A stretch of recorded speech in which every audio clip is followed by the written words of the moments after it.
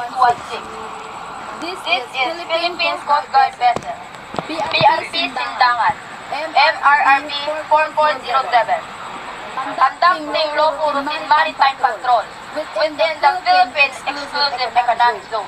In accordance with international and Philippine national law, we are proceeding according to our planned route. Request to stay clear from our passage in accordance with the collision regulation. Over.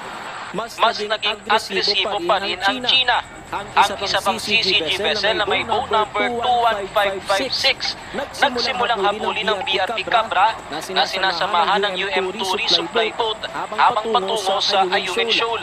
Lumapit ang isa pang CCG vessel na may boat number 21551 at ikinahon ang barko ng PCG at naturang resupply boat.